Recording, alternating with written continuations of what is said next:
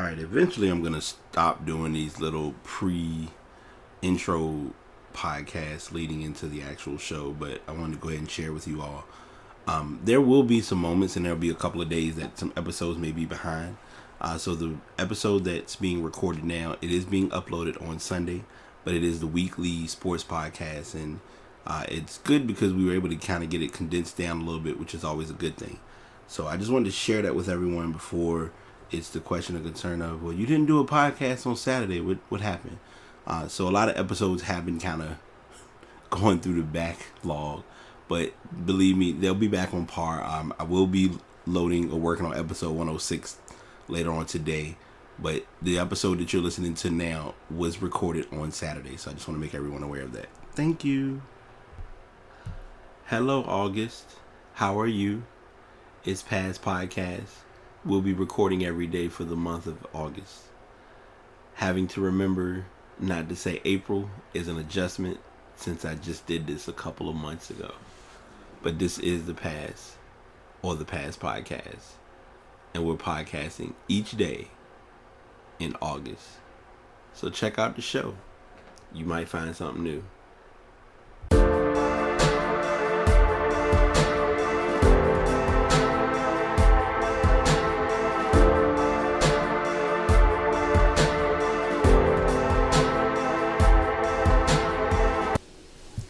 Episode 105 of The Past is back. Take 1. We won't be doing any edits or changes. What's good, y'all? Past Podcast, back at it again with my co-host, Dimitri. Yeah, back at it again. Back at it again, and we literally found it ironic because last week it was kind of like the first catch-up return of talking about sports. And before we get into the topics we have, of course, podcasts are uploaded each week, or in this month, each day on Spreaker.com. And I do record these episodes using the Blue Yeti microphone. Links are in the description. And it's kind of almost ironic because when we left from talking about sports, one of our big sports topics that took up a lot of time was related to the quarterback carousel in Miami with Tannehill being injured. And it was the uncertainty of, they kind of confirmed that they did confirm this week that he's going to have season-ending surgery. So they did go ahead and have that story broke. But the big story that broke on last Sunday, coincidentally, is our favorite quarterback is unretiring. Yes, Jay Cutler, the bum himself. We talked about it last week. He's coming out of retirement. They got him to come out for $10 million for 1 year. Overpaid. Definitely overpaid. I think they had to pay him extra though to get him to come out of the booth because otherwise he was still going to make a good amount of money. This is true. Being the number 2 commentator with Fox Sports and being very bland as we agreed upon. Yeah, definitely. He knows whoever his agent is definitely should get paid because he's helping him out get some money. So. I don't get why. Well, one reason I guess could be that Gase, the guy who's the coach now with the Dolphins, he used to coach Jay Cutler back in Chicago. Right. However, Jay Cutler, he had his best season in Chicago with him too. I believe it was 21 touchdowns and 11 interceptions. Yep. Which isn't like a great year. It's a good year. It's considered an accomplishment or an achievement, but the tough part is the challenge for me. So they break down stats on this, and I'm just going, like you said, he threw 21 touchdowns, 11 picks under Gase as the offensive coordinator. But as for his career, he was there with Chicago for 8 years. He pretty much was 50%. He was 51 for 51. An 85.2 quarterback rating, which isn't too bad. Touchdown to interception ratio is it's close to 1-to-1 as possible. Well, I mean, it's like a 45 amount difference between touchdowns and interceptions. He had more touchdowns. They did make the obvious about him being inconsistent. They really didn't, playoff wise, there really wasn't much of a playoff showing from them. Mm-hmm. He's 34. Yes. I just want to make sure that's being presented too. Yeah, and definitely on Colin Kaepernick's stats, like compared to his, as you said, his touchdown interception ratio. Mm-hmm. Collins is 72 touchdowns to 30 interceptions, which is more than double. Yeah. He has a better QBR than him as well too. Mm-hmm. It's just his stats are better than him as well too. Because he had more, and because I mean, the only thing Cutler had was he had the years on him because he's been in the league a lot longer, especially just in those times of him being in Chicago. Like, we're not even talking about him playing in Denver either. He's the oldest quarterback I've ever heard them say that he has a lot of talent. You know what I mean? Like, at some point, talent's it's done. Like, talent can only be used until you. Talent's just something. It doesn't play for you though. You can't win with talent. This is true. I don't have any disagreements on any of that. So his they did mention that he'll have wideouts Jay Ajayi, Jarvis Landry, and Devontae Parker. So they're stating that's more than what he had in Chicago. Don't really think that's going to justify anything. Well, in Chicago, he also had like Alshon Jeffrey. Right. And it's not like he had bums in Chicago, or he had Brandon Marshall. Yeah. And Brandon Marshall also in Denver as well too. So he's had good receivers. It's just that he's not a good quarterback. But I guess they'll find that out themselves. They will have to learn on their own. Early projections on their record. Do you feel like they'll be over or under 7 wins with him as the quarterback? I had to. I know we ain't really seen the schedule yet. Yeah, I had to look at the schedule, but like just based off of the division. Remember, they're playing the Patriots twice. Oh, so that's already 2 losses, but that's definite. If you need to, if you need to, we can play that as a real back story, because that might be one to think about as a possibility. But yeah, I definitely don't think that they're making the playoffs. You can't. Making the playoffs will be challenging for them anyway, because you already are. Unless the Patriots do something retarded, the Patriots should have their division kind of solidified. The only teams I see them beating really this year is probably the Jets. Yeah. One of those 2 games, and then the Bills. One of those 2 games. Right. Because they have a pretty difficult schedule. They play the NFC. I'm sorry. They play our division, NFC South. Okay. And they also play the AFC West. So they got Atlanta, New Orleans, Carolina, and Tampa Bay. Okay. Yeah. And out of those 4, they may get 1. They may get 1. I don't know which one. Right. I can see 1 because it's football. So yeah, I don't see them doing very well this year. So they'll get a nice pick. So side note, this is a story, so I'm throwing stories in because these were stories that kind of broke during the week. Buffalo Bills did pick up did a little bit of transaction swapping. They finally made a huge move, which I never thought was going to happen, but they finally were able to sever ties with Sammy Watkins. He's going to St. Louis to help Los Angeles. I'm sorry, still gotta adjust. Yeah, he's going to Los Angeles, so he'll be joining Jared Goff. Yes, that's it, back. Yeah, on the Rams. Yeah, okay. And then the Rams traded EJ Gaines and a 2nd-round pick for him. Mm-hmm. I think it was best for both teams. Yeah, it was time to let go because since Watkins has been there, he hasn't played He wants more touches too, so yeah, it's just better for him to be out, and also maybe him with Todd Gurley will work. Mm-hmm. So we'll see how that goes. Yep. Now one other question, because I don't remember, Atlanta has or has not played their first preseason game. They did play their first preseason game. Okay, how did they do? They lost, however. Matt Ryan did well in his first. Game. Yeah. I don't believe Julio Jones played at all that game. Okay. Gotcha. Devontae Freeman had got his big paycheck as well too. Yeah. Gotcha. He did okay. The offense they moved up the field. They did what they did last year. How anytime they got the ball in the first drive, they always scored a touchdown. Yeah. That's what they did again in their first game. So it's just a matter of we need them to finish the game for all 4 quarters. But we have a debacle like we had last season. Well, we got to work on getting to that point again. If we get to the Super Bowl game, that's definitely an accomplishment. Oh, ironic. I didn't even realize. Okay, so y'all did. Yeah, so y'all played Miami. Yes. But Cutler didn't play that game. No. If I'm not mistaken. Yeah. Yeah, no. He was not there as of yet. Yeah. Carolina had their first game against Houston. They did win. Carolina won 27-17. Cam did not play. They mainly did get to see a little bit of Kelvin Benjamin because he was not he wasn't as involved last year. If I'm not mistaken, I don't know if it was last season, year before, because I know it's been injuries, recoveries from that. 2 years ago, he was out for like the majority of the year. And they got to see their running back get a little bit of attention, so that was a big deal. So I'm sorry. Well, no, we'll save the Dallas hype for the next story after this story. Because of Cutler getting the position, that then has two teams who have skipped over what everyone is seeing as the blackballed quarterback now of the NFL, known as Colin Kaepernick. So right now, the story that I shared, that I have in the show notes and in the links, are that there was a petition calling for him getting supporters on him not being able to play, people supporting not to watch the NFL. Lot of things to say about this, and I'm gonna let you, before I jump into it, I'm gonna see what you got to say first, and then I'll address what I've realized as being an idea that no one thought of. Yeah, so there's a petition through chance.org. The fans boycotting the NFL. They're signing over that they will not watch any games, attend any games, purchase any merchandise, or wear any merchandise from the NFL. Okay. Until Colin Kaepernick gets signed by a team.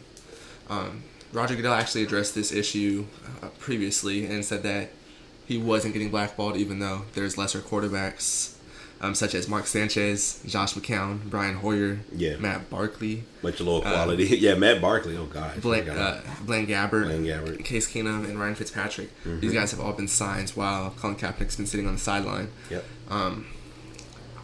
In my opinion, at this point now, since training camp has started, most likely no team's going to bring him on until someone gets hurt. Or until someone gets hurt. So, I think at this point, you could say that he is getting blackballed. Right. I don't think it was smart of him to also opt out of his contract last year when he had another year on his contract. Yeah, the contract situation with San Fran was odd, but I think also he kind of knew. I don't know. It's like you really don't know what would have happened with San Francisco, but also on the same token, he wasn't hurt or harmed one way or the other, whether he is or isn't playing football. And I think now what's tough about it is it's become. No one wants to deal with him, and I feel like I mentioned this last week, and if I didn't, I'll say it again. No one wants to really handle or take him on because they look at him as a media circus. Yeah. And the reality is, it's not. Your off-field antics shouldn't matter, but once you become bigger than the league or become bigger than the sport, we don't want you as a player or as a casualty on our team. He's also regressed as a player throughout his years. Tyrann Mathieu actually said something of the sort as well too. How he thinks that he's regressed over the last 4 years. The first couple of years he was a winning quarterback. Did a lot of good things for his teams. The last couple of years, he's obviously took a step back as far as game planning. Right. So I think that also has something to do with it as well too. So it's behind. And I feel like that's what is not really presented. Is like you said, everyone is just more so going along the lines of no one's picking him up. He's a good quarterback, but no one's thinking about the fact: is he willing to be coachable? Is he willing to, like a lot of quarterbacks? What makes or breaks a quarterback in the NFL is, can you follow a playbook? Yeah. And he may, it could be the challenge of him not following the playbook. And one of my friends who listens to the podcast, he brings this up, and I always try to be clear. We both are on the same page with this. I never wanted to look as though I'm either for Kaepernick, what's going on with him, and against him. It's just more or less being on the line, but also saying I'm giving you both perspectives. Like from my point of view, I feel like he should be playing because there are a lot of quarterbacks in the NFL that suck as a quarterback. I agree with that as well too. Like, I didn't get what Pete Carroll had said when he said that he didn't want to sign Colin Kaepernick because he's a starting quarterback. Right. So he didn't want to have him as a backup quarterback. That makes no sense to me. Because why would you not have him as a backup if you're going to have a backup who's willing to be a backup? Yeah. And if someone gets hurt, then he can come in and start. Right. And he's as good as a starter. That just makes no sense to me. Yeah. Especially since Russell Wilson could get injured just because he runs around a lot and he's smaller. Yeah. But I definitely think he should be playing right now. Yeah. How do you feel about the boycott situation?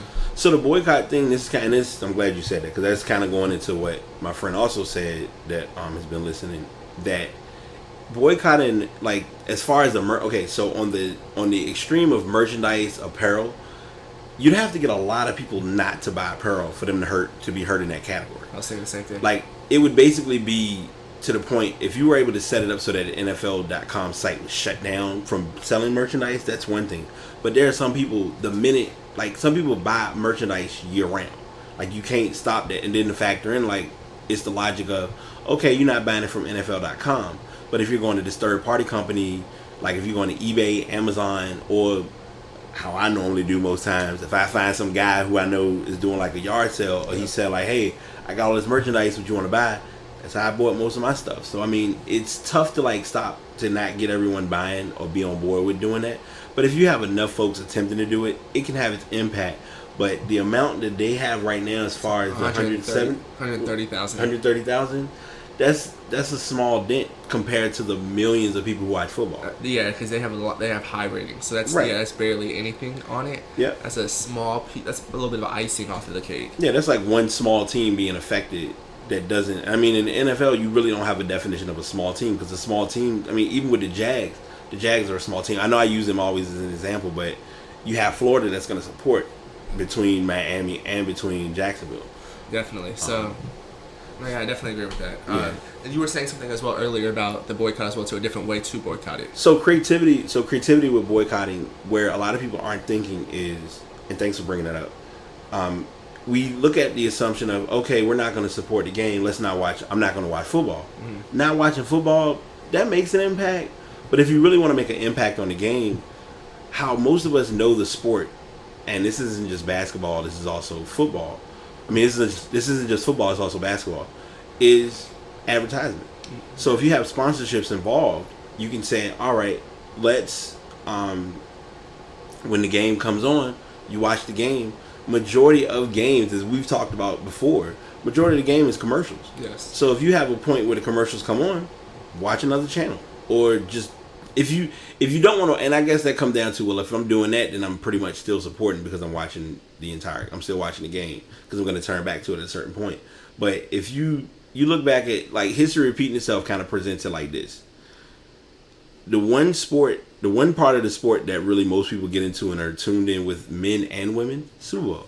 Yes. Super Bowl, when the Super Bowl comes on, most people aren't watching to see who's playing, because half of the people who sit down don't know anybody who played. I can tell you right now, anybody who was watching the Super Bowl this past season that watched it probably has no idea who plays for either Atlanta or New England. Yeah. But when it came out of commercials, yeah, do you remember the Doritos commercial when this and the third happened? Because those are the things that, I mean, we go back to, 10, 15 years ago, buying ad space wasn't that expensive. Now, you at least got to put out $5 million. I think it's probably more than that to get an ad spot in the Super Bowl. Definitely. So that's where the transition comes into play. So if you really are trying to impact, so this is going to be my suggestion that my friend gave as a recommendation. And I'm going to share this with you all. If you choose to do it, it's your personal choice. If you really want to affect the NFL, and if you really want to make an impact on them as far as a sport, don't watch commercials. Or if you are that person, and if you streaming the sources of it, I know a lot of people say that's the worst thing in the world because it's not really helping them, but you can go that route as well. So it'd be better to just not, like, the majority of the money comes into the sport through commercials and advertising. And I feel like if they really want to make a change or really want this to happen, players are also going to have to get involved in it as well too. Which you mentioned last week, about as far as if the players union really is backing this as much as they say they are, they would kind of say it's not right that one of our brothers, is not playing in the sport. For example, like the NBA was going to do a couple years ago with Donald Sterling, in the playoffs when that was happening, players were just talking about sitting out and things of that nature. So that forced the commissioner to go ahead and force them to get him out of the league. Yeah, kind of push the trigger on that occurring. So that's where we are with that. One of the games that were played was which was opening night, Hall of Fame night, and I feel like I'm gonna probably add this as a story next week, because there's always the infamous question of Hall of Fame snubs. And there's one big name that we all hear about regarding Terrell Owens. May get into that a little bit next week. But this past Thursday, the Hall of Fame game was played between Dallas and Arizona. Dallas did not really they didn't have most of their stars play in this game. It was kind of more or less just an opportunity to get them out, on the field, exposure, things of that sort. But a big name with Dallas as of now that we all hear about is Ezekiel Elliott, a.k.a. Mr. Crop Top from Ohio State. His situation from involving an ex-girlfriend has gotten a little bit more attention than they expected. He was the initial story that I shared, and I'm gonna possibly update it so I can get the correct story that it was confirmed, because there was alleged reports that he would be suspended. Well, the confirmation in the story did break on yesterday that he was actually suspended for 6 games. He does have the option to appeal, more than likely. From projecting football and knowing how constants are about being a first offense, and he hasn't had like a record even before coming into the NFL, I feel like he's gonna appeal it, and it's been confirmed from what you mentioned that he has appealed it, and he's planning to appeal. I'm sorry. Yeah, like his people are saying that he's going to appeal it. Yeah. He hasn't specifically said it as of yet. Right. But just the people that he's with said that he's going to go ahead and appeal it. He's suspended for 6 games. Mm-hmm. If he appeals, he maybe get 4. That happened with Ben Roethlisberger back in 2010, I believe. Right, because everyone thought that, and I remember, and it's funny you mention that, because everyone's first instinct was, well, so and so got off, this person got off. But if you go back and look at the stories, Ben Roethlisberger was given. I mean, it was the same. They treated it the same way because it was a big story back then. Yeah, and he wasn't convicted of anything either. It was dropped. However, they found some evidence. Yeah. And the same thing happened with Ezekiel Elliott. There was someone who made a couple statements, mm-hmm. and there was other not footage, but like I believe photos or something of that nature. Yes. So the hit of the story, they brought up other situations that have occurred. I'm gonna make sure I find the main story, noting Elliott accused of 5 incidents of domestic violence during a 6-day period in July of 2016. It was pointed out that he was involved in other situations where he was videotaped pulling a woman's top down at a St. Patrick's Day parade, and then he had broke a DJ's nose at a club in Dallas. And I know it's like, and I'm sorry, allegedly, yeah, these are all allegedly. And I'm sorry, before I know I should give you all that warning. This may be detailed graphic information, so if it's anything offensive, I do apologize, because that might have been a little bit more over the extreme. But as a whole, I mean, if this has happened, or these things were alleged, or whatever the case may be, it's less, if it happened, if they do go ahead and give him the time served, or do the days, he'll do the days. The funny part is, and this probably is going to sound very petty, most people are going to be looking at it from the perspective of, when is he coming back so I can have him on my fantasy league team? Because I know when I get my team set up, he's going to be one of my go-to players, because a lot of people had him on their team, but wasn't really using him, like talking about it. And this year, he's kind of like a big name in fantasy league. And I know it's kind of a bad segue, but that's just how I look at it. So the next story was, it happened to be a story that hit my timeline, and I was like, well, it's here, so I may as well go ahead and address it. And since, this might be a shock for me being Brian and being random, by being for the 2 Super Bowls that they lost to the Giants, the Patriots have become the first NFL team to buy a team plane. And they don't just have one, they have 2 of the Boeing, let me make sure I get the correct name. These are 767 Boeing. 767. Yeah. The 767 Boeing aircrafts. They are estimated to cost $10 million for each plane, or for both planes. Mm-hmm. Charter cost is going to be about $4 million for 10 round trips. So that's including preseason games required per season. That doesn't account for any playoff and Super Bowl traveling, so it could increase to more, since most of the time they go to the Super Bowl. I mean, not Super Bowl, but to the playoffs. They have like smart toilets on the plane to help with dehydration. Yeah, they say it's going to help with keeping players healthier. Yep. Just so they can start, I guess, like the rehab when they first get on the plane and start to leave, so they can better recover. So. Do you see other teams following suit? I don't know. It's very difficult. To be honest, I didn't know that they NFL teams actually didn't have planes already. I'm trying to figure that out too, because I would have thought. Okay. So this is now, it makes sense.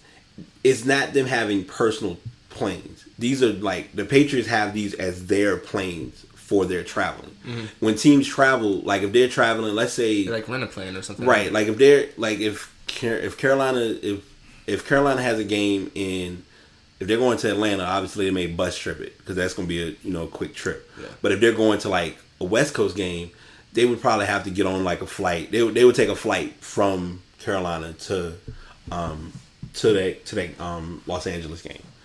And so they pay, that's mainly the teams covering that fee, and they probably got like their own. They probably rent out a plane and then travel. But this one, it's probably all customized as well too. I believe it's all like first class throughout the whole plane. Right. So. And now that I think about it, the next team I can see doing this is probably in like 5 years, Dallas. I feel like Dallas will do it. Yeah, I'm surprised they haven't done it already. Right. With how much he's willing to, Jerry Jones is willing to spend for his team. Jerry's team. I believe the NBA teams already have team plans, do they not? I don't know. That might be some research we'll do. We'll have that. We'll have that as it looks like. So we'll probably have like the plane section of the podcast next week, and I'm making a note of that too, like traveling for teams, because it's something to think about for pro teams. I love doing like that's the random breakdown. NBA. Matter of fact, we'll do the big three: NFL, MLB, and NHL. See how they all travel, as far as like for higher end teams. Because I know like minor leagues is probably just, hey, we gonna do what we can, make it work. Drive their own cars and whatnot to the games. So that is the segue. It'll be one. We do have 1.5 sports stories remaining. We'll get to those later. One is an actual sports story, which is funny, and the other one is kind of a half because it was just ironic that someone who had more championships than Jordan did what he did, but we'll get into that later. So now we're in the stuff. Stuff this week is kind of, I'm not gonna say boring, but I'm not even. Let me rephrase that. It's kind of basic because there wasn't really much tech talk right now. I know a lot of people around me that I work with have been mentioning about the iPhone 8 coming out, or the iPhone X. They've been given some prototypes of what that looks like. Of course, I don't like alleged stories. I want to wait till the story actually leaks, and it's like, all right, here's the official phone, here's the official release date, here's what it's going to feature. A lot of people, and I'm kind of doing this off the wing. They have talked about the iOS 11 update. A lot of people have the beta. They've been using it. A lot of people like it. Some people think it's kind of still under construction. I used to do the beta testing. I don't like beta testing only because you do take the risk or the chance of bricking your phone, and the worst thing to do is have a phone that's just useless, and then you got to take it back to the store like, my phone don't work, what do I do? So I always try to wait, and then like with anything when it's new, the iPhone 8, I think they projected it's supposed to be coming out next month. From techie experience, unless you desperately need a phone, and we know someone who does, there's the exception for that. But let them get the first batch out of the way. Let somebody jailbreak it, because everybody, the jailbroken iPhone 8 is out, and here's what it looks like. So I would wait for all that newness to die down and then possibly get into it. But I won't do Apple to that extreme as of yet. But I did some Microsoft, and it wasn't me being biased like PlayStation doesn't have anything, because I don't want it to seem that way. But Xbox has finally caught up with the time. So currently on my Xbox, I can stream, and I didn't find this out until a couple of days ago. If I'm listening to, like, let's say I'm playing a video game, I'm playing Gears of War or whatever.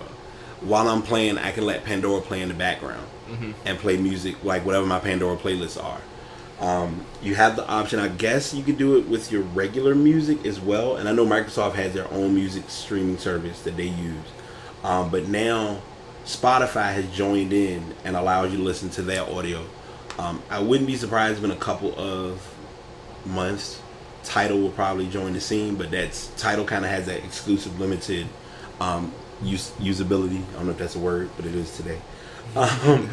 But Spotify is going to be coming to the Xbox One, and it is actually available now, where you can pretty much listen to all of your music that you have on Spotify, or if you want to stream their service. You have the free option. You get ads, and you don't have the ability to really shuffle through tracks. If you want to get the premium version, it's $10 a month service. I believe you get to test it for 99 cents a month for the first 3 months. And they do remove the advertisements if you did get the premium version.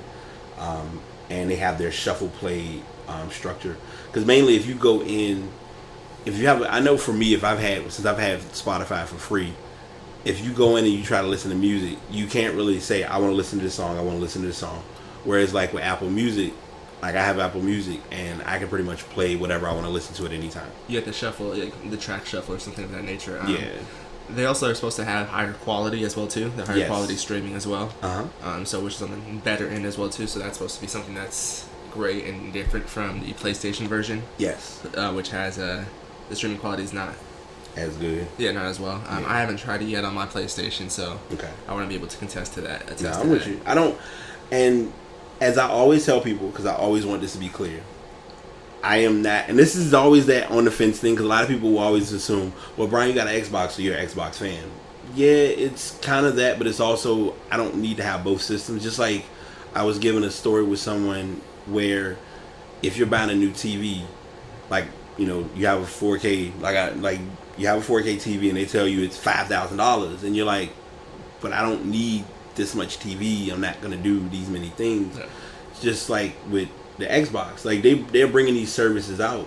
You have the new Xbox coming next year, so I think if either next year or the end of this year, if I'm not mistaken. Mm-hmm. So it's like, you know, things like these small updates for this is beneficial for those systems when they release. So it's funny that you say updates and things of that nature with Xbox, seeing as there's another update that was made recently as well too. Yeah.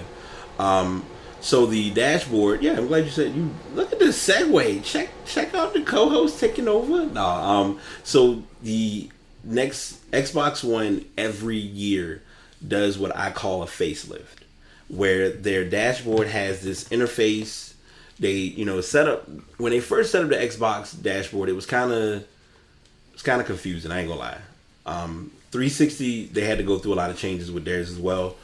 Only thing I hope that they learn, if they don't know anything else, and I'm sorry, I love Xbox, I love Microsoft, but this is the one feature that people need to understand. No one is gonna stand in front of their Xbox and look at a Kinect or a camera and flip through clothes to try and figure out an outfit for their avatar or for their character. It's not happening. Even for me, and I don't see any females. If they ever do it, I'd be concerned, because then that's like the Xbox has a different purpose. But it's going to be a new dashboard feature or update coming out that's going to make the interface usable again. It's very complex as well too. Yeah, there's a lot of features to it. Okay.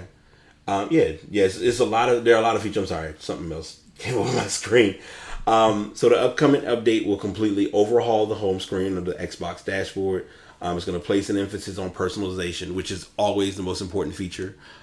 Most people want to have that control factor of being able to adjust and change things. Like I know when most people, when you first get Xbox, you'll have your background. I mean, you may have your interface be red, green. You can change it to different colors. PlayStation is the same, where you can change your wallpaper, where it's like a movable motion background. The new and improved look of is part of the Fluent design, which is going to make the interface faster and smoother. Once the update rolls out, they'll have the ability to customize the home screen, adding apps, games, friends, and more. So it'll basically give you the option to, if you want to have certain friends, I have them already as a favorite. But if I want to have it where, okay, my friend, I was ready to say somebody's name, I almost caught myself. I would have been, let me change this. One of my friends, if he gets online, I can go directly to his name, click on his name, and then I can get options as far as, okay, I want to send him a message, I might want to do a group chat, things of that sort. So giving that flexibility is actually not a bad thing at all. They've also updated the guide to make it easy to navigate through the dashboard. They've it was reoriented horizontally.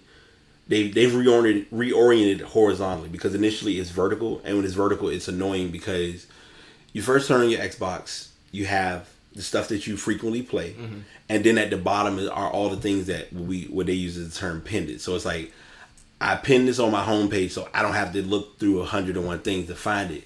Well, they're making it all horizontal, and it'll be more streamlined, which is never a bad thing. Let's see. They finally put it. It looks like infinitely faster than the current grind. They made it have a faster flick and flow between it. The community section is getting upgraded, which I personally don't use because I think it's still confusing to me. Because people send me requests to join a club, and I'm like, I don't know what I'm joining, who are y'all, and why am I a part of this group? So they're making changes with that as well. They want to kind of make the integration, and I figured this would be the case because now that Windows 10 has been out for a while, they want to make the integration between Xbox One and Windows 10 more universal because PlayStation. So for PlayStation, there are certain games that you buy on PlayStation that cross-platform with PC. For Xbox, there are games on Xbox One that cross-platform for PC, preferably Windows 10. Yeah. So if you buy a game, like let's say you buy Halo, it would be dumb for you to buy Halo on Xbox One and buy it on Windows. So if you buy it on Xbox One, it's playable on Windows. So it's little stuff like that, of course, because that's their whole Microsoft analogy. Now, of course, for me, it's no benefit since I'm sitting here with all this Apple stuff. But only time, I have a Windows desktop, and I barely use it. The only thing I use it for, obviously, is for streaming. But I don't knock, like I always tell people all the time, I never knock Windows at all because I never forgot where I came from. So now we're going to go into a unique techie talk, and we both always talk. Dimitri and I had this conversation numerous times over other sports. You've watched, matter of fact, you being a Lakers fan, knowing about the scenario with Samaki Walker with the late three-pointer, calls being reversed based on three-pointers, out-of-bounds plays. Derek Fisher's 4.4. Yeah. And, of course, in the NFL, 2 feet in, 1 foot out, ball crossing the line. All of these things are impacted. And I'm sorry, I can't forget the most important of all. Baseball's delay of using this feature because they use it, but it's not as talked about. Yeah. But the replay value or the replay factor, video replay is getting its tests and fixings in Major League Soccer. You've seen it. It's been used a little bit with Premier League, and I'm sorry. Before I continue, so I can have an emotional moment. It's an MLS first, right? MLS has it currently. But I was going to mention that Premier League actually started today, and Chelsea was supposed to be we're supposed to be the defending Premier League champions, and we lost 3-2. We were playing like first half. I don't throw stories in like this, but it's just like it hit. So I was like, I may as well get into it while I can. Okay. First half, because I don't watch it on TV, but I was having to get notifications, and I'm looking, and I'm like, we were playing Burnley. We were down 1-0, then we were down 2-0, then we was down 3-0, and I'm thinking, all right, so the game over, they just done. They say, yeah, the score is 3-0 at halftime. I'm sorry, what? So Chelsea then came back. They got 2 goals in the second half, but by then it was too late. My friend, go Liverpool, whatever. They won their match. But coming back to back home with Major League Soccer, they'll be introducing video replay. It's called the VAR or Video Assistance Referee. It did have its utilization in a game between Dallas and Philadelphia Union. What happened was there was a goal that was called a goal, and then they reversed that goal based on the circumstances. Yes. It happens in a later game as well too. Yeah, and that decision time. So, all right, this is where I gotta remember with other games when they've done this. Decision time took 2 minutes. In average or in most sports, that would be long for. Well, I guess how I'm looking at it is in soccer you don't have to do this as often. Yes. But I think where a lot of people would look at it, so this is where that I'm on the fence thing comes into play. If you're doing it for multiple plays, then it would feel like it's a long time. Mm-hmm. But if it's being done to get the call right, then it's good. But the challenge becomes doing these type of calls and then not getting the call right. Yes. So for context of like how often or when they're doing it, mm-hmm. They monitor. Well, for the MLS, mm-hmm. the stadium monitors all video feeds of the game that are available, focusing on potential clear and obvious errors or serious missed incidents involving goals, penalty kicks, straight red cards, and mistaken identity. So those are the 4 times that it's actually brought into play. I don't think 2 minutes actually is long for depending on the sport. Right. So like the NBA, sometimes they do take a little longer as well too. Yeah. And sometimes with the NFL, they take a little like almost 10 minutes. Yeah, exactly. Yeah, the NBA and the NFL, like they take a little bit longer. They both also add commercials to it as well too. Yeah, that's true. So it's just with soccer though, they never really stop. So their flow, that definitely messes up their flow because they don't really stop. That's the difference. Is so it probably feels like a lot longer in soccer. And I recall seeing this in a soccer match one time where they went to check a play to see who was being ejected because they ejected someone out. They initially, I think it was like they weren't going to make an ejection. Then they decided to make the ejection, but they wanted to make sure the correct player was ejected and they were given a red card for the right purpose. So it's things like that where it works out, but it's, you know, it becomes a frustration of the game. And they did. I do have an excerpt that someone mentioned from Greg Gordon. He was talking about, he's a journalist about who has his own website. Talks about how video replay, after seeing controversy caused by it, to use it on the international level. The beauty of football, unlike maybe some American sports, which I also love, is that there's a constant ebb and flow to the game. And actually the use of video refereeing, as we've already seen in a few instances, can really lead to the breakup of the speed of the game, which is what you mentioned earlier. But it can also lead to what you could call catastrophic moments of just mass confusion. So I mean, it's one of those things where, like I said, it's the gift and the curse. Like it can be utilized properly, but I look at it like this: if I'm watching a sport, I want the sport to be called the right way, and if that means that they're adding time in to get that completed, great. I mean, it's no different than in soccer. A lot of people don't see this. In soccer, when a lot of players get, like, I won't say fake in injury, but when a soccer player has an attempt of, let me try to get this hurt, I'm hurt, oh, I'm down, that's giving your teammates an opportunity to get a breath because you don't have anybody. Ain't like come back and run on the field. Here's a water bottle. Go get some water real quick. So you have to. It's like literally like a continuous flow of the game. And I think it sounds like they're doing it so like on any goal that they're like reviewing it to make sure that goals are considered. Their goals considered good. However, like with soccer, I feel like it's definitely different than football because with football you just run the next play. Yeah. With soccer, like it's no goal. Now you have to you go from thinking like you just scored a goal to now, okay, what? So we go back to the middle of the field. Like where do we put the ball? Like, right. Like, so ball placement. That's true. I would have never factored that into it, but yeah, all of those things play into the options involving that. So our artist spotlight this week, and I didn't realize that this was a short story. I was sitting there thinking this would have been longer, but I guess not.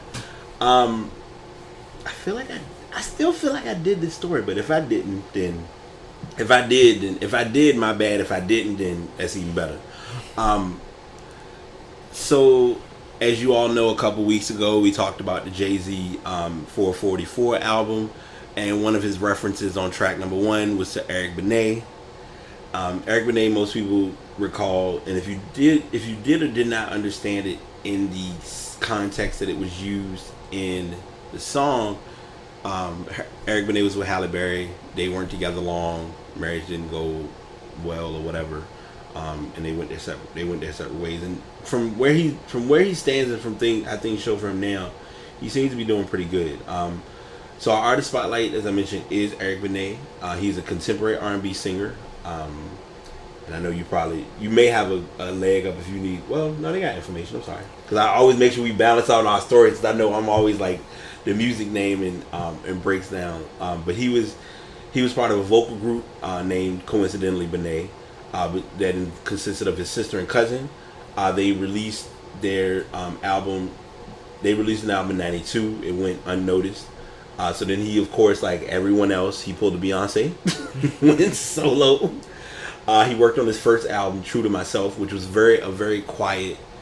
It was a soft release to me because I didn't really know about that album until I heard about the second album, which was A Day in the Life, which dropped in '99. It introduced the song Georgie Porgy, which was performed with Faith Evans. They performed it, and it was sampled from the group Toto. A lot of people don't know Toto. They had a lot of big hits. One of their big songs was Africa. If you haven't heard that song, I'm recommending this to Dimitri. I'm recommending this to my podcast listeners. Go back and listen to Toto Africa. It will give you a very relaxing state for so many reasons. But they did that song. One of the big singles, which applied to me at a certain point, was Tamia, a song he performed with Tamia, "Spend My Life With You." A lot of people had that as a redundant song for a wedding song. Pros and cons to that, of course, because that means you really want to spend your life with that person, and if it doesn't work out that way and you have that as your song, you may want to think things through.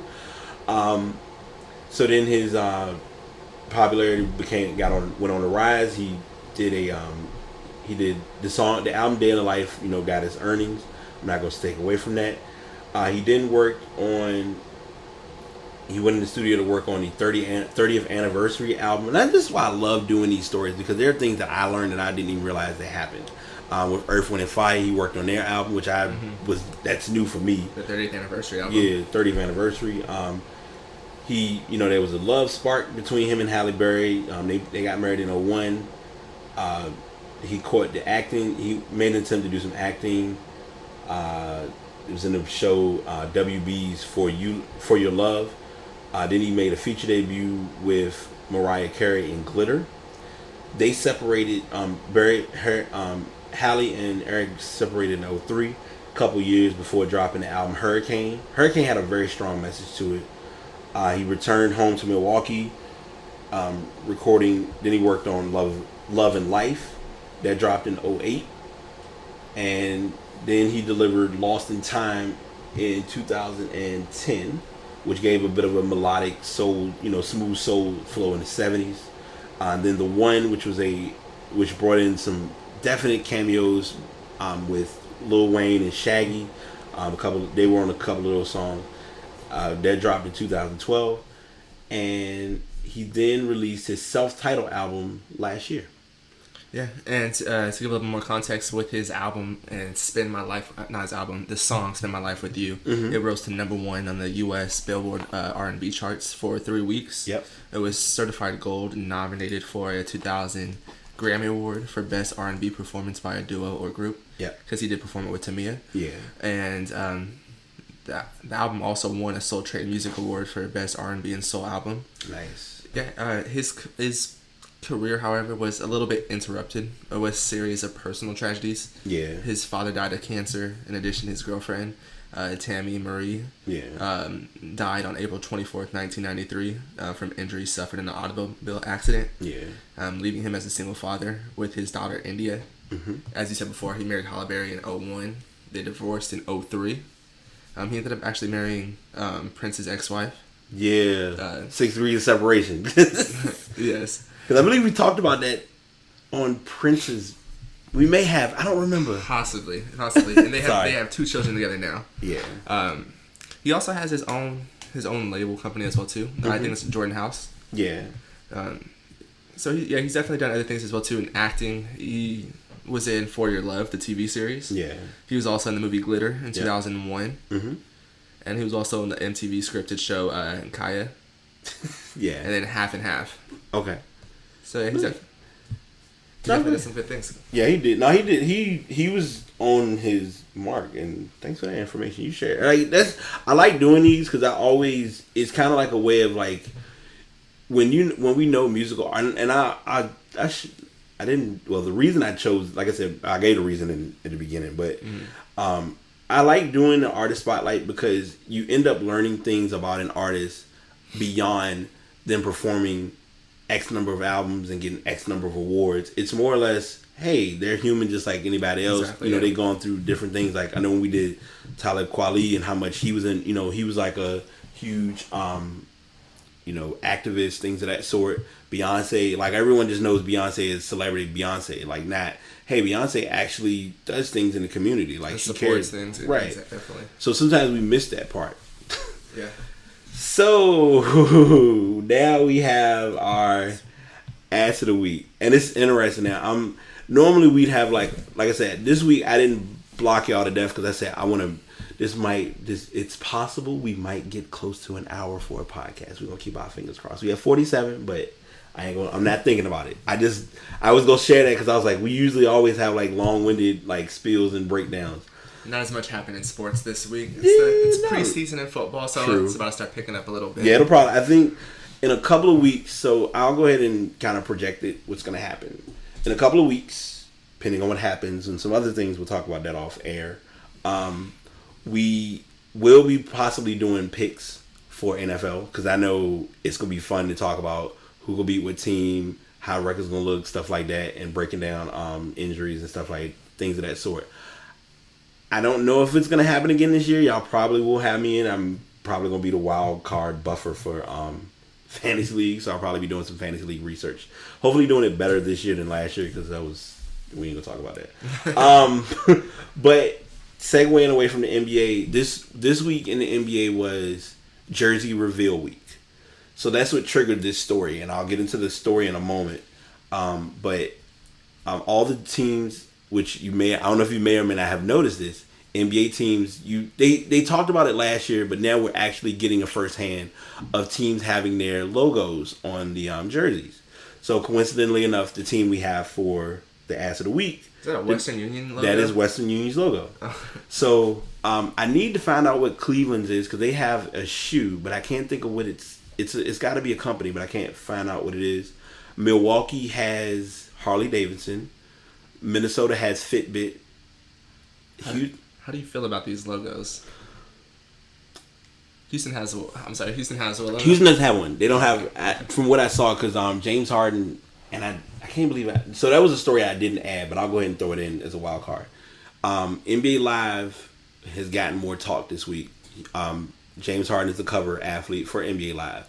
So they did like a run and shoot with him, and they showed the jersey, like they showed the actual uniform.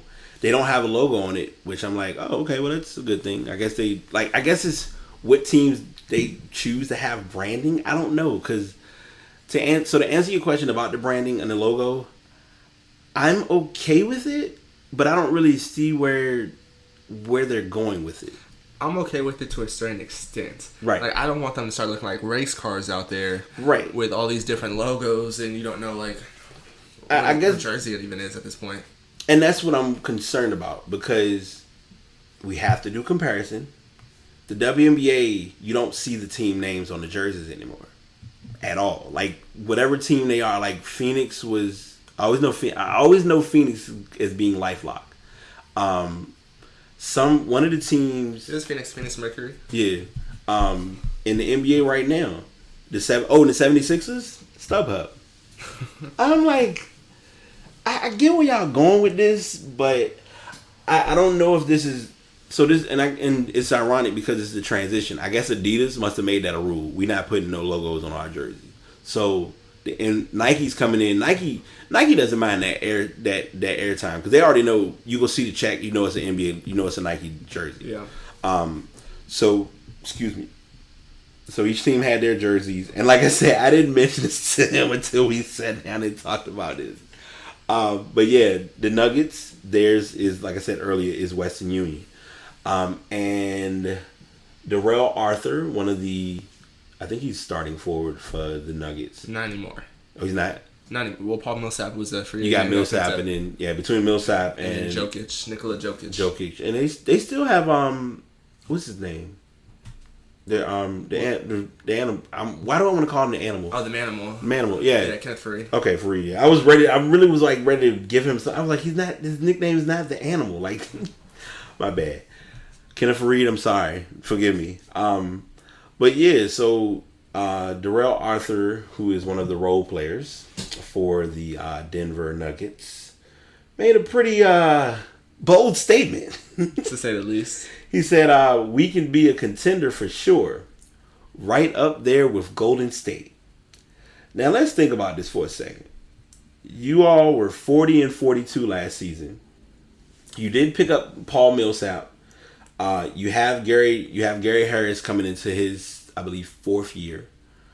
Nikola Jokic is going to kind of be your underrated, literally under the radar guy. And you said Jamal Murray already?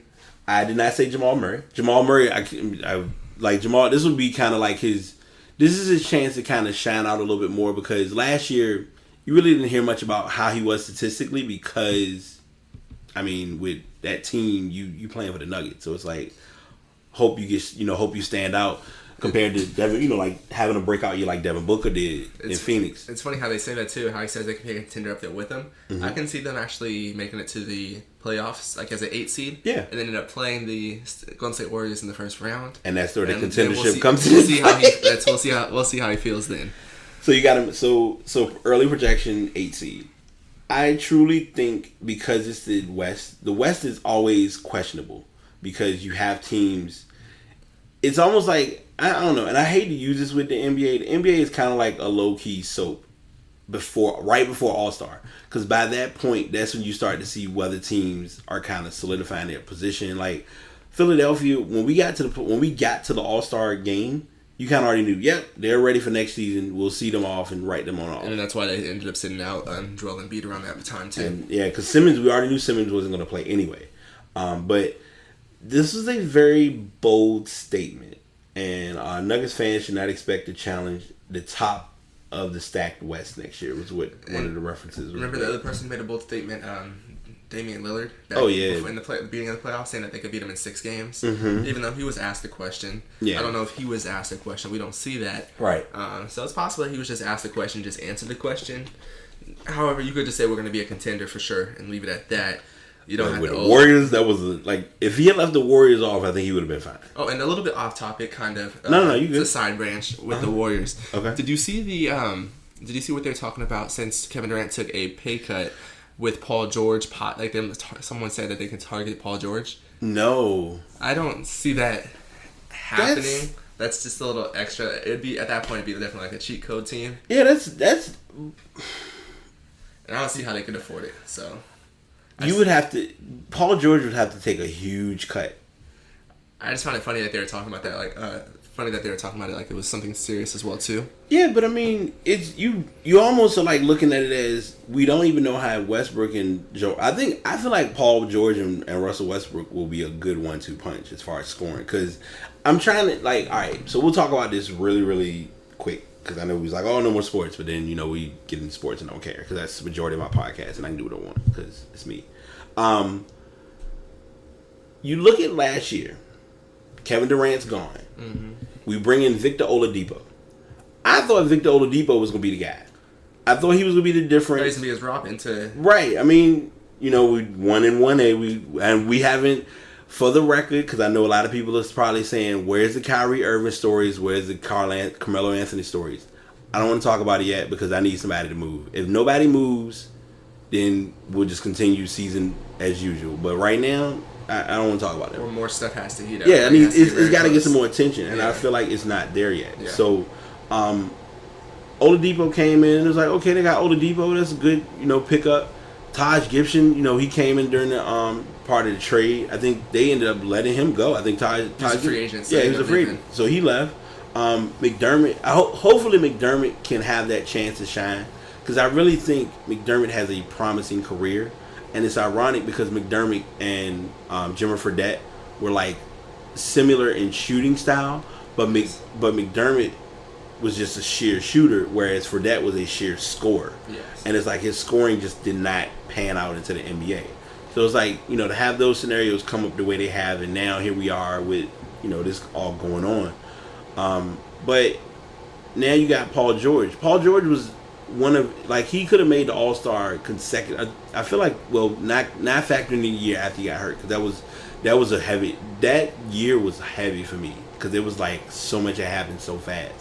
Mm-hmm. But he came back, and now it's like he was tired. Like he was tired of not being in contention of being a contender with Indiana, yes. And that's where him going to OKC helped out. But now you're in with all the big dogs, so you in there with the Golden State.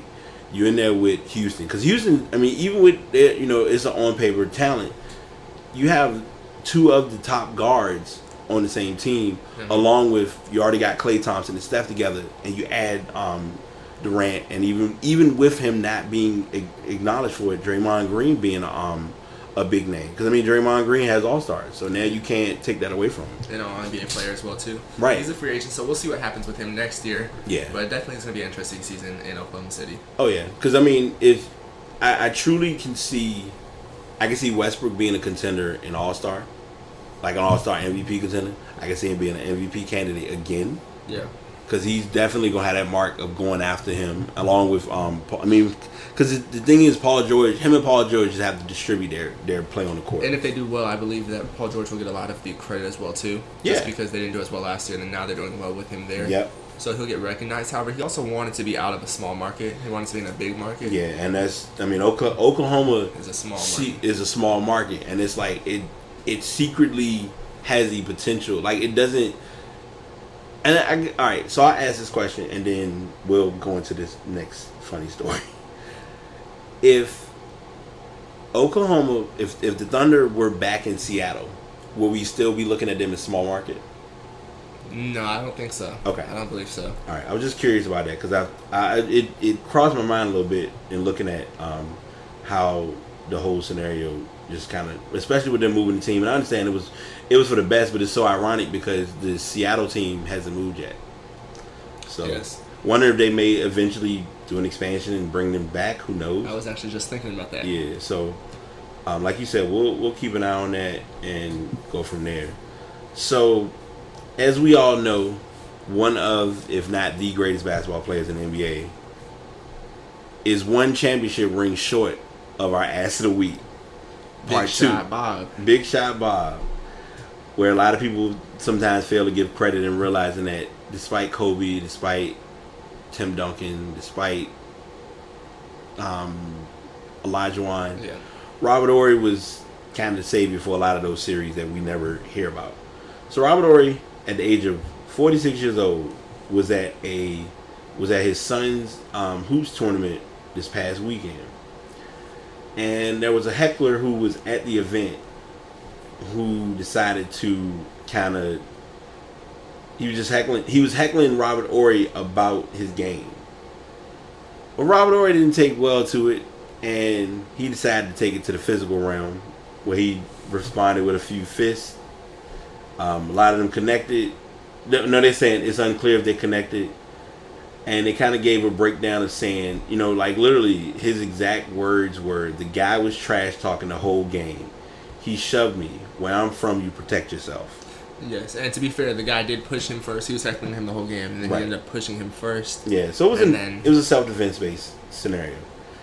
So, this is one of those things that it's an odd story, but it's a funny story because Robert Horry really was not a physical person to that extreme. I mean, he played during a physical era of basketball, so Yes. I give him that part. But for something of this magnitude to get him this worked up tells you a lot, especially at an event involving that his son was a part of. A 3-on-3. 3-on-3, like, Not yeah, even look, fives. Right, because it looked like it. From looking at it, it looks like the rendition of "Hoop It Up." Yes. And I don't know. I guess this is why I'm still learning because I mean I know at one time like here we used to have "Hoop It Up," and I don't know. I guess "Hoop It Up" kind of like just disappeared, and now it's like we just kind of.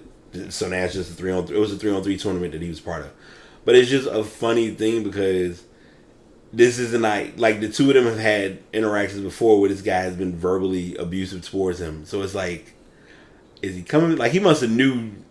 All right, I know I can get under his skin, and he basically did, and it caused this to happen. So I don't really have much of an add-on to it. I just found it to be a funny story because and at the end, he did. After it all happened, Robert Horry did walk away. He didn't continue to fight. Yes. Because he, like anybody, and this goes back to, this is something that's relevant to this too. Yes, he defended himself in reacting the way he did, but he didn't react dumb enough where he could have caused harm or really made like a major impact to this guy. And he walked away because he knows, I mean, even at his age and at his stature, he still has a brand. And I shared this, I'm sharing this story just to make it clear. You can make you can get your point across and get right to the line and then just walk away from it and learn like, hey, I've done all I can do. Let me let it go and move forward. And that's basically what happened. So I actually can give Robert Horry I can give him the ass of the week, but I also give him a pass for this a little bit. Because this is like, it's a chill, it's like an interesting story. It was just unexpected when it happened. I was like, dang, really, somebody really got under his skin. Yeah, I would expect this more out of LeVar, you could say. Mm-hmm. Robert Horry, not so much. However, it didn't. It's not like he took it too far. He was pushed first, and he was pushed to a limit. You know, he's still a human being as well too. Right. So we all have, you know, have certain lines that you may cross. Like if someone pushes you, yeah, you may react a certain way. Basically, he didn't take it overboard or anything of that nature, though. Right. Well, that's good. I mean, that's what's important about it at the end of the day. So we barely broke an hour, but I don't mind it because this is actually one of those we didn't hit the 2 hour mark we did last week. So this week it was like I said, like as you mentioned and as we've made clear, it was a very somber yet peaceful week of basketball, of not basketball, of sports, because now we're unless you're a Cowboy fan. Okay, thank you. This is gonna be my closing, and I'm gonna make sure we're gonna air time and we're gonna roll with it because this is something that I really want to say, and I know you have to deal with this on a consistent, well, actually on a 24-hour basis in so many words. It's not a bad thing though. As a fan of your team, and I probably have talked about this on another podcast in a different avenue, but I'm going to bring it up now. I get that you're loyal to your team. I have no problem with fan loyalty. My problem comes in when fan loyalty goes too far. And I have got to say it before it really works my nerves. Some Cowboys fans' aggression is way too heavy to even try to deal with. And it's almost, you can tell how personal it became when this story broke. Because as I always tell people, the internet is undefeated. And this ties into that because the internet made a field day out of this story. And what happened, well, I'm not going to say the NFL, but the internet as far as memes, pictures of, Ezekiel Elliott being shared. And it's gotten so bad to the point now where even Jerry Jones was upset about it. He feels as though this is not right. They shouldn't treat my players this way. And it's like, it's not just your player. It's your image of the sport. Yes. And where Goodell is looking at it now is, it's not about Goodell making an example out of anyone. It's just Goodell addressing what I got going on. And that's basically what happened. So my message is to any of my aggressive, avid Dallas fans, support your team, rock with your squad, because all the rest of us going to rock with our squad. But when stories like these break, don't take it personal. It's the game. Like, that's the constant of the game. Like, when I say folks get attitudes, I've seen people post statuses related to these incidents and then get upset because people are responding to what they said. And it's like, well, if you don't want anybody to talk about your team, get another team or accept what comes with being a fan. I'm a Cam Newton fan. If people knew I'm a Carolina fan, which ties me to Cam Newton. If people knew how many images or how much information I get shared to me when Cam Newton wears a weird outfit, it's the same thing. So every other Sunday you get something. Every other Sunday, yeah. Especially, did you see what he wore at the conference? I mean, they'll either get the press conference picture or somebody will have made a meme out of what he wore and say, when you go into Sunday school and you don't have nothing else to wear in the closet. And they show the picture and I'm like, why do I have friends like these? But I don't, but on the same token, I never take it personal because I know it's what comes with the territory. But when you're a Dallas fan, your Dallas expectations are always going to be high. Just remember that. So that's my parting shot that I have. Dimitri, do you have any information you want to share before we roll out? Thanks for staying with us. We'll do better next time. We will do better next time, and I am glad that we are on pace. Keep your eyes open. Keep your ears open. Podcasts every day in August. Still rolling. More shows to come. Until next time, y'all take it easy. Another episode complete. Another show shared. Thank you all for tuning in. I appreciate you checking out any current shows or previous episodes. If you'd like to follow me on social media, you can look me up on the Instagram, Facebook, or Twitter under Past Podcast. If you'd like to go to the website, it is available at pastpodcast.com, where you can listen to this episode as well as previous episodes. Until next time, y'all take it easy.